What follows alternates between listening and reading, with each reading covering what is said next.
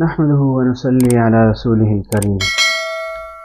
ایک ساتھی کا سوال ہے کہ علماء اس مسئلے کے بارے میں کیا فرماتے ہیں کہ حضرت حسین رضی اللہ عنہ کی نماز جنازہ کس نے پڑھائی؟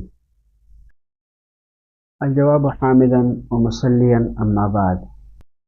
حضرت سیدنا حسین رضی اللہ عنہ کی نماز جنازہ کس نے پڑھائی، اس بارے میں ہمیں ویسے کوئی صراحت نہیں مل سکی، البتہ تاریخ کی کتابوں میں یہ منقول ہے کہ حضرت سیدنا حسین رضی اللہ عنہ کا بدن مبارک کربلا ہی میں دفن کیا گیا، جبکہ سر مبارک یزید کے دربار میں شام لے جایا گیا، اور ایک روایت میں یہ ہے کہ یزید نے آپ کا سر مبارک مدینہ منورہ بیچ کر جنت البقیع میں اہل بیت کے قریب دفن کروایا، جیسے کہ تاریخ طبری میں لکھا ہے دفن الحسین و اصحابہ اہل الغامزیت من بنی اسد بعدما قتلوا بیوم۔